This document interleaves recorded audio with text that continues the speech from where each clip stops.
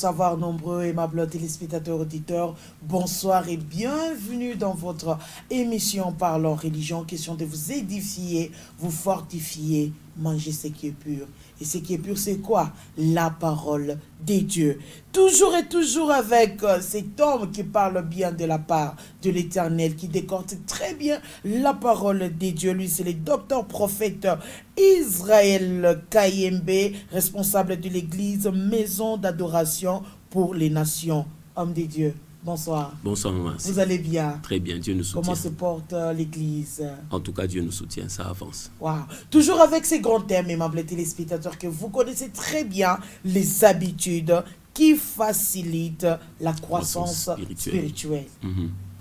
Homme des dieux. Oui. Quel magnifique thème. En tout cas, c'est un thème très profond. Oui. Ouais. Il y a une lota. Bon.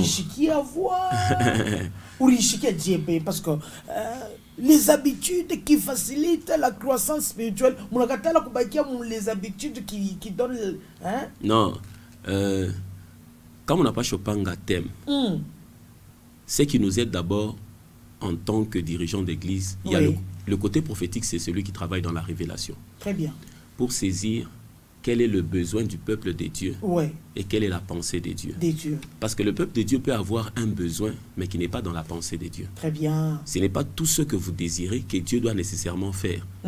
C'est là-bas où le prophétique intervient pour savoir qu'est-ce que Dieu a au rendez-vous pour son peuple.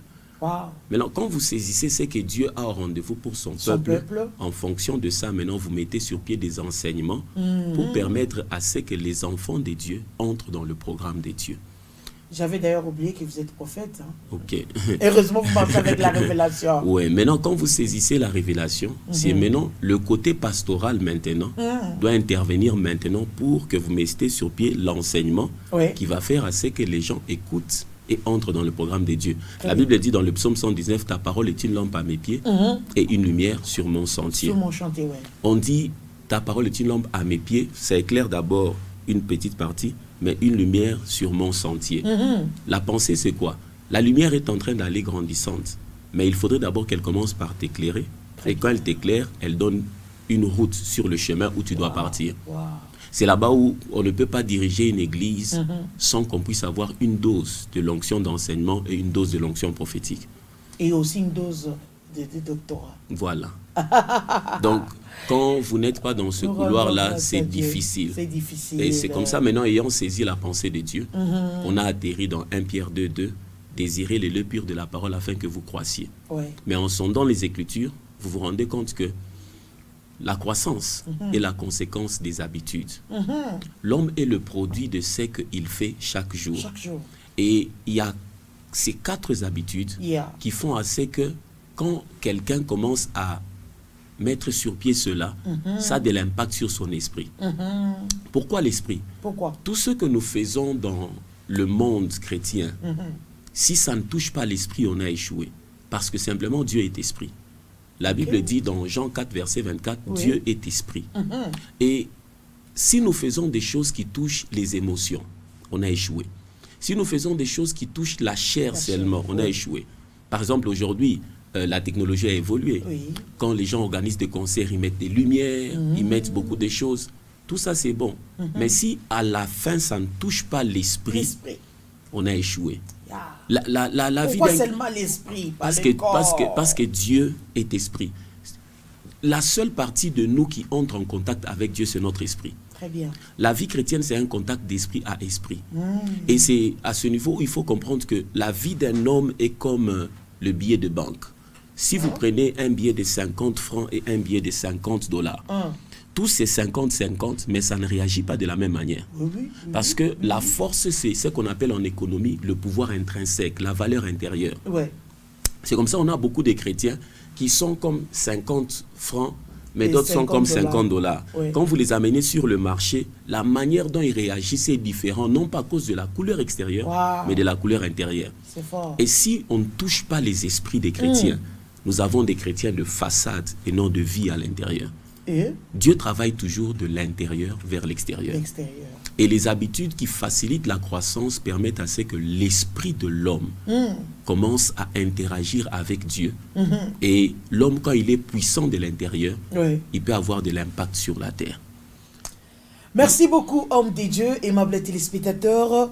Je suis avec votre pasteur, qui est notre pasteur aussi, le révérend pasteur prophète Israël Kayembe. Comprenez, parce que il y a une partie d'onction des docteurs, une partie d'onction des docteurs, des prophètes, hein, des apôtres aussi, parce que vous êtes visionnaire de cette grande vision, église, maison d'adoration pour les nations. Oui. Et je sais que ça commence à Lubumbashi. Ça va s'étendre, Dieu ça va soutient. s'étendre. Oui. Waouh, bonne chance d'avance. Merci. Homme de Dieu, les habitudes qui facilitent la croissance spirituelle. Un petit rappel parce que Oui. oui, l'habitude de donner sa dîme. Ça là, concernait on doit encore l'argent. revenir. Oui, c'est là où je vais revenir. Mais j'ai commencé par la première habitude qui est l'habitude des habitudes. C'est l'habitude de passer du temps dans la parole. Dans la parole, oui. Ouais. Oui. Parce que la parole, c'est la nourriture de l'esprit. Une église qui doit avancer doit être nourrie en termes de parole. Très bien. La Bible dit ceci dans Proverbe 24, 3, elle dit, c'est par la sagesse que s'élève une maison. C'est par l'intelligence qu'elle devient solide. Et c'est par la connaissance que les biens précieux se remplissent dans les chambres. Quand la Bible dit, c'est par la sagesse que s'élève une maison. Oui. La sagesse est la chose qui fait à ce qu'on puisse répondre à la question du comment. C'est-à-dire que quand quelqu'un te pose la question, comment réussir les études? La réponse que tu lui donnes, c'est la sagesse. Oui. Comment avoir un bon mariage? Comment percer dans l'onction? Comment percer? Comment? Le comment, c'est la sagesse. Et la parole de Dieu, c'est la sagesse des sagesses. Lorsque vous donnez à quelqu'un la compréhension de tu dois passer du temps dans la parole de Dieu, c'est-à-dire vous lui dites tu dois passer du temps dans la sagesse et par conséquent, la vie va s'élever. Très bien. Plus tu passes du temps dans la parole de Dieu, ton esprit est en train d'avoir la nourriture qu'il faut pour avancer. Parce que la faiblesse que nous avons aujourd'hui dans la vie chrétienne, c'est laquelle? Dieu est un Dieu des principes. Tout ce que tu fais sans compréhension ne produit pas de bénédiction. C'est-à-dire, quelqu'un peut venir à l'église, il donne 1 million. Vous dites que c'est une offrande. Mais pour que nous soyons bénis en Dieu, ce que nous faisons n'est pas plus important d'abord que ce que nous comprenons. Parce que c'est la compréhension qui engendre la foi, et c'est la foi qui touche le cœur des dieux. Voilà pourquoi Jésus a dit, par exemple, quand les gens étaient en train de donner, il voit une femme qui a 2 pièces de monnaie, il dit qu'elle a donné plus. Mais dans cette même assemblée, il y avait des gens qui avaient donné plus de 2. C'est pour dire que ce n'est pas la quantité de ce que nous faisons, mais c'est la compréhension de ce que nous posons comme acte. Et la première habitude, qui est l'habitude de passer du temps dans la parole de Dieu, elle est très importante. C'est un peu comme quand je vous amène dans Éphésiens chapitre 6. La Bible est en train de parler des armes de l'esprit. Revêter les armes, on parle du casque du salut, la cuirasse de la justice, on parle du bouclier de la foi, de l'épée de la parole, on parle des chaussures qui sont les ailes de l'évangile. Mais quand vous regardez l'armure du chrétien, il n'y a qu'une seule arme offensive. Toutes les armes sont défensives. Le casque du salut, ça te protège toi. La cuirasse de justice, ça te protège toi. Le bouclier de la foi, ça te protège. La ceinture, ça te protège. Les chaussures, ça te protège. Mais la seule chose qui fait assez que tu frappes l'ennemi, c'est l'épée de l'esprit. Alléluia. Et c'est la première habitude parce que dans le monde spirituel, on n'est jamais plus puissant que ceux qu'on connaît. C'est l'information qui te donne la domination. Très bien. Et la Bible a raison de dire dans Osée 4:6 que mon peuple périt parce qu'il lui manque la connaissance. Bien qu'étant mon peuple, ils ont la position, mais ils n'ont pas la domination. La première des choses qu'il faut faire pour un chrétien, c'est de lui dire, si tu dois aller loin dans la vie chrétienne, lis la Bible. Passe du temps dans la parole de Dieu. Pas écouter la prophétie. Non, la prophétie a son rôle. La prophétie a son rôle. La prophétie a quel rôle? Utiliser l'huile d'olive. Ça a son rôle aussi. Boire l'huile. Ça a son rôle aussi. Mais la parole. La parole. J'ai dit toujours aux gens, l'enseignement est maître dans le monde spirituel. Alléluia. Parce que sans information, on n'avance pas. Sans information, on n'avance pas. La prophétie te donne la direction. mais la parole te donne la force de marcher dans le chemin de la prophétie. La prophétie te donne la direction. Oui. Elle te dit entre ici. Mais quand tu entres dans ce chemin-là, c'est déjà le chemin. Mais maintenant, pendant que tu es en train de marcher, tu as besoin de l'énergie pour avancer. Les enseignements qu'on sera en train de te donner vont te donner la force de continuer la marche. Par exemple, on t'a dit de faire les affaires. Oui. Tu commences à faire les affaires. C'est déjà la prophétie. Mais maintenant, pendant que tu es en train de faire des affaires, lorsque tu rencontres des obstacles, tu as besoin de la parole de Dieu qui t'enseigne, par exemple, la persévérance. La persévérance. Tu as besoin de la parole de Dieu qui t'enseigne, par exemple, il faudrait s'aimer. Tu as besoin de la parole de Dieu qui t'enseigne, par exemple, qu'il faut donner aux pauvres. Ça, c'est la place de la parole qui te permet de marcher dans la direction de la prophétie. Mais si on te donne une prophétie sans enseignement, c'est par moments très difficiles, pour ne pas dire, c'est là où beaucoup de gens se perdent. Voilà. Or, Dieu est un Dieu de complémentarité et non de compétition. C'est-à-dire, chacun a son rôle dans le corps de Christ. Et c'est bon, vous comprenez, oui. L'habitude de passer du temps dans la parole fait mal aujourd'hui dans la vie chrétienne. Par exemple, une des choses, maman, assis. Oui. L'activité principale de l'Église, c'est le culte. Oui. Mais combien de gens comprennent la signification du mot culte? Vous savez, tout ce que nous faisons... C'est même pas culte, c'est pas tout ce que nous faisons sans compréhension ne produit pas de bénédiction. La première raison pour laquelle nous allons au culte, le culte signifie tourner autour de Dieu. Tout ce que nous devons faire dans le culte, l'auditoire du culte, c'est Dieu. Oui. C'est-à-dire, vous n'avez pas droit de dire aux musiciens, vous avez très mal chanté, parce qu'ils chantent pour Dieu. Vous avez droit de leur dire que vous nous avez empêchés d'entrer en contact avec Dieu par votre manière de faire les choses. Mais l'auditoire du culte, et les musiciens viennent pour Dieu. Vous venez pour Dieu. Tout ce qui se passe, c'est en fonction de Dieu. Oui. Mais quand vous commencez à faire des choses en fonction du pasteur, vous êtes passé à côté. C'est à ce niveau-là aussi dans un culte. Comment expliquer que quelqu'un fait une semaine sans venir au culte? Il vient souvent le dimanche, mais il amène 1000 francs pour mettre dans le panier. Donc, toute la semaine, tout ce que tu as pu garder pour honorer Dieu. Si on fait 1000 divisé par 7, ça fait 0,0. Donc tu as économisé des 0,00. Mais si on regarde dans la semaine là, il a mangé une pizza qui coûte 10 000 francs. Jesus. Il a mangé des chaama qui coûtent 8 000 francs. Il a acheté des habits, du parfum. Il a pris des véhicules peut-être pour rien. Maintenant, pour reconnaître qu'on donne de la valeur à Dieu. Le mot valeur dans la vie, pour reconnaître que les gens donnent de la valeur à maman assis, ou les gens donnent de la valeur à quelqu'un, il n'y a que deux choses qui montrent qu'on reconnaît la valeur. Ce que tu dis de la personne et ce que tu donnes à la personne. Ce que tu dis de Dieu, c'est très bon. Tu es le Shiloh, tu es le Narcisse. Tu es mort à la croix pour moi, tu m'as sauvé. Mais ce que tu donnes ne correspond pas à la valeur. Parce que, pour terminer avec le culte, adorer signifie ramener la valeur. Quand vous dites ramener la valeur, c'est ainsi qu'on adore sur base de la révélation qu'on a des dieux. Voilà encore le rôle de l'enseignement. Quand vous enseignez au peuple de Dieu qui est Dieu, la réaction sera ce qu'ils vont dire et ce qu'ils vont donner. Voilà. Et le culte est tellement mal compris que la manière dont les gens viennent au culte montre qu'ils n'ont pas compris c'est quoi le culte et ils ne peuvent pas être bénis par le culte. Parce que tout ce qu'on fait sans compréhension ne produit pas de bénédiction. Après la série des habitudes qui facilite la croissance, je vais commencer une série d'enseignements sur le culte. Parce que le culte, c'est le visage. C'est très capital. Le culte, c'est le visage d'une église. C'est le visage, c'est le miroir. Pour connaître ce en quoi les gens croient dans une église, il faut voir qu'est-ce qu'on fait dans le culte. Dans une église où on n'accepte pas la prophétie, c'est-à-dire que chez eux, on ne croit pas dans ça. Dans une église où on ne prie jamais pour les malades, dans une église où on ne prie jamais en langue, où les gens ne transportent jamais des Bibles, n'écrivent pas, c'est l'expression de leur culture. La culture, c'est la manière de penser et d'agir d'un peuple. Pour que tu puisses étudier un peuple, une église fréquente leur culte. C'est là-bas où tu vas découvrir ce qu'ils font facilement et ce qu'ils ne font pas démontre ce en quoi ils croient. Or, ce en quoi nous croyons détermine ce que Dieu fera pour nous, avec nous et par nous.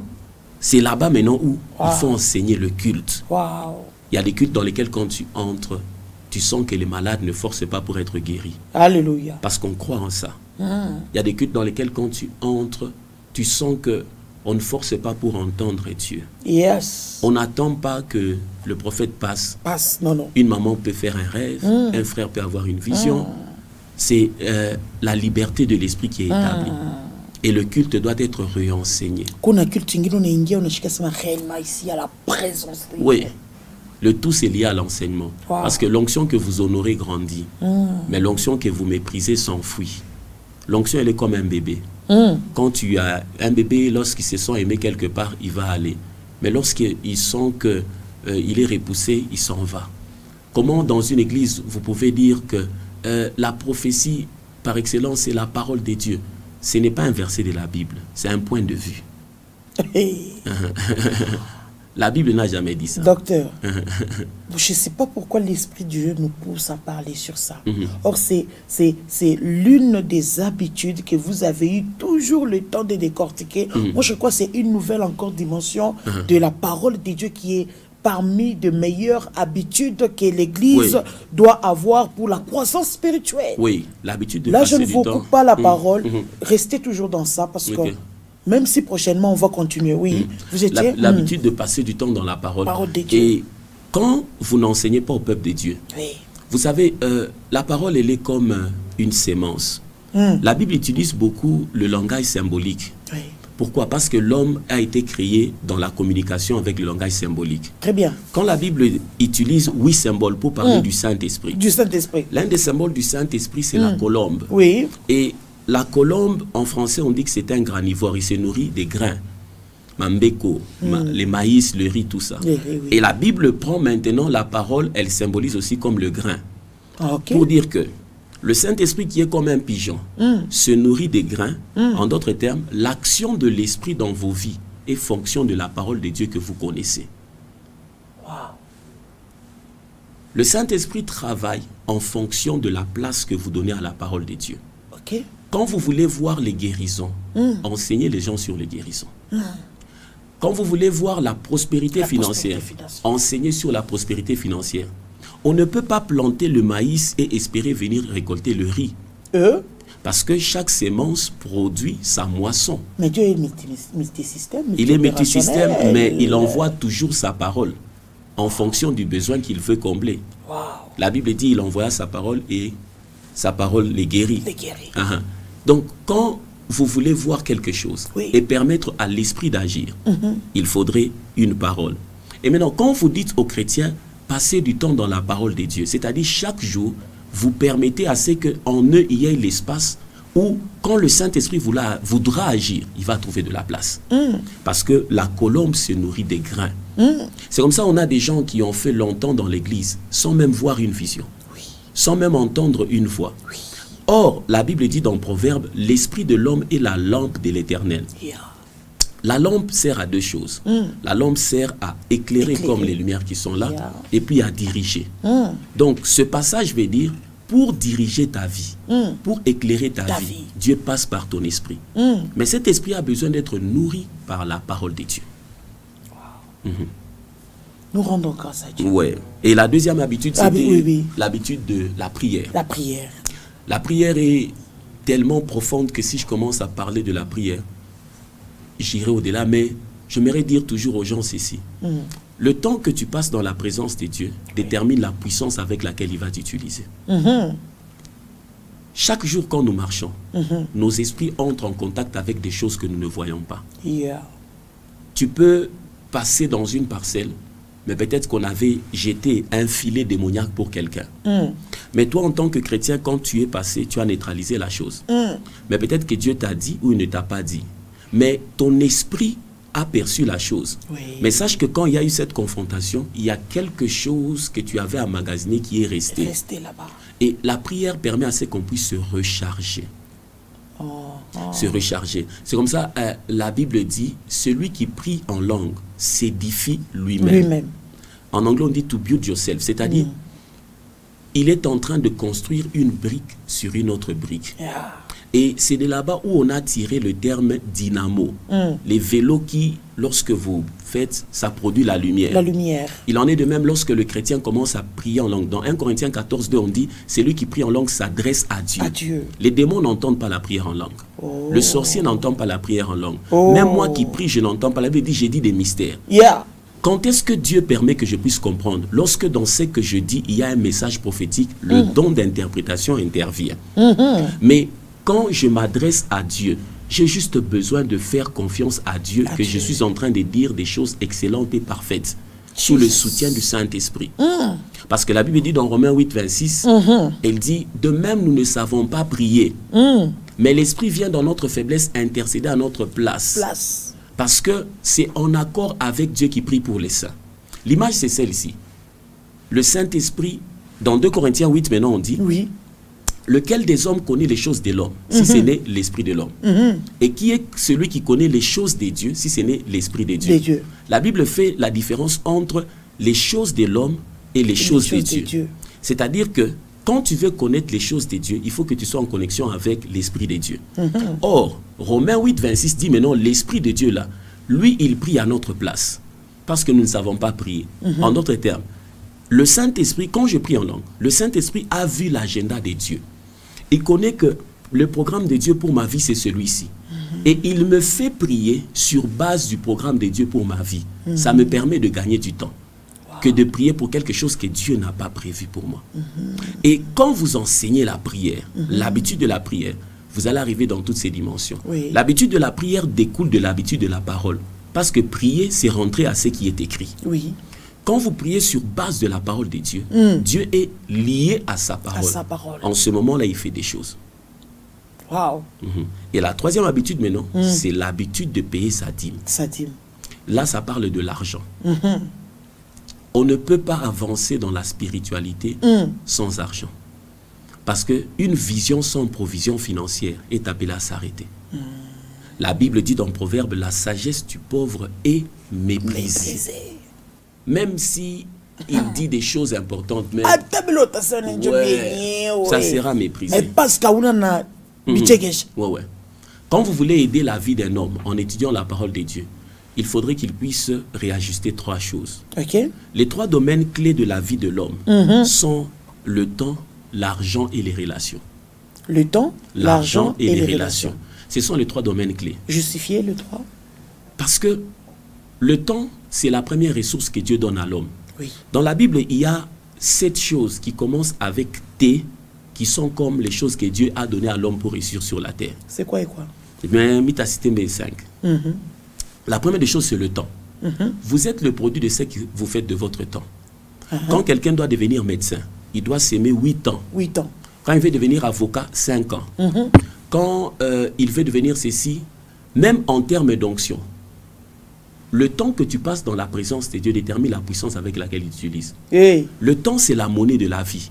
Celui qui ne respecte pas ton temps ne respecte pas ta vie. Très bien. Si on veut faire échouer... Ça veut dire qu'il fait comme retard à mon émission. Il faut qu'on peut les respecter, je m'excuse.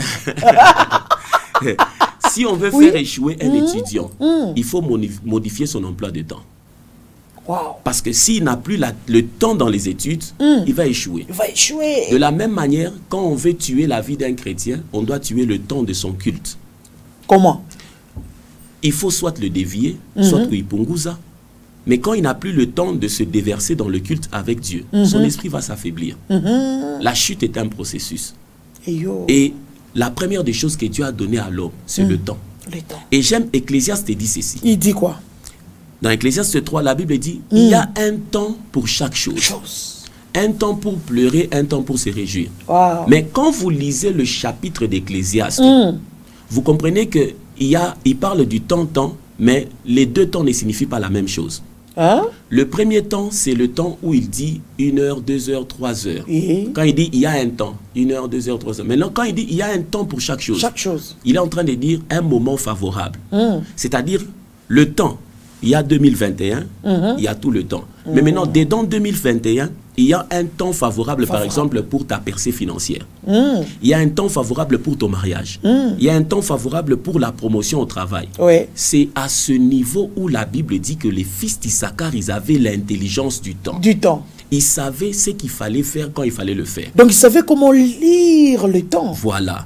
On peut être tous au mois de mai, mais on doit saisir quelle est la date qui correspond à ma percée financière. Parce que comment maintenant saisir ces temps-là? C'est lorsque vous êtes en relation avec le maître des temps et des circonstances. My God. C'est ce qui nous ramène à l'habitude de la prière. En priant, Dieu te donne une vision. Ou en priant, tu sens qu'aujourd'hui, est venu. Wow. Pendant que tu passes sur cette avenue-là, où le monde a un dossier à cash, maintenant, Dieu étant le maître des temps et des circonstances, il a arrangé la circonstance du bomba naissance. Mais j'étais cherché. Donc, ici,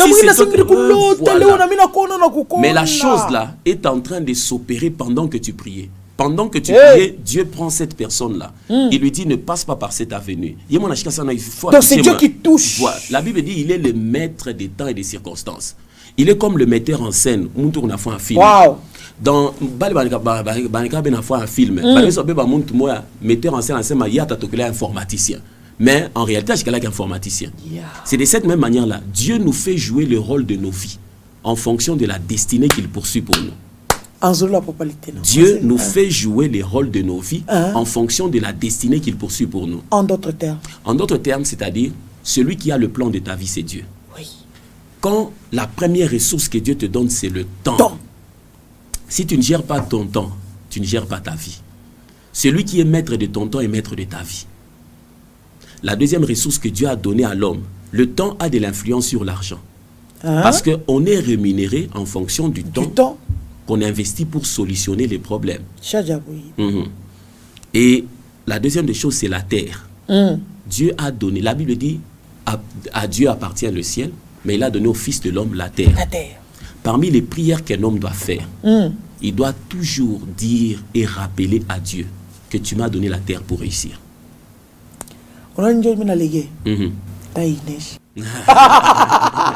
Ok.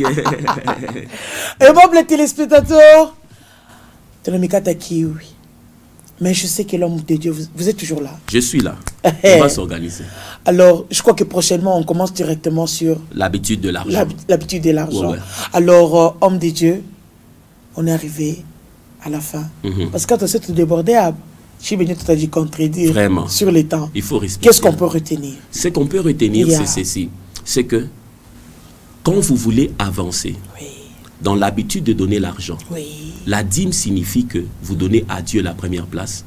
Et quand Dieu reconnaît qu'il a la première place, il va faire prospérer toute autre chose. Amen. C'est ce qu'il faut retenir dans l'habitude de payer sa dîme. Numéro de téléphone 09 971 20 997. 997. Encore 09 971 20 997. L'adresse de l'église? C'est sur du 30 juin après la station Petroleum. Juste la parcelle, la deuxième parcelle après la station Petroleum. C'est là où nous sommes. Et le programme de l'église? Le mercredi après-midi, on a études bibliques à partir de 16h30. Le vendredi, on a chambre haute à partir de 16h juste. Et le dimanche, on est là à partir de 8h. Donc, pas que vous n'avez pas ça. Et moi, les téléspectateurs, merci pour votre temps qui est précieux, qui détermine même votre destinée, si je peux dire. Alors, nous vous aimons beaucoup. Restez fidèles à nos programmes parce que le Seigneur nous parle toujours. Et avec Malaïka, on vous sert toujours à votre soif. Merci. Merci, homme de Dieu. Merci.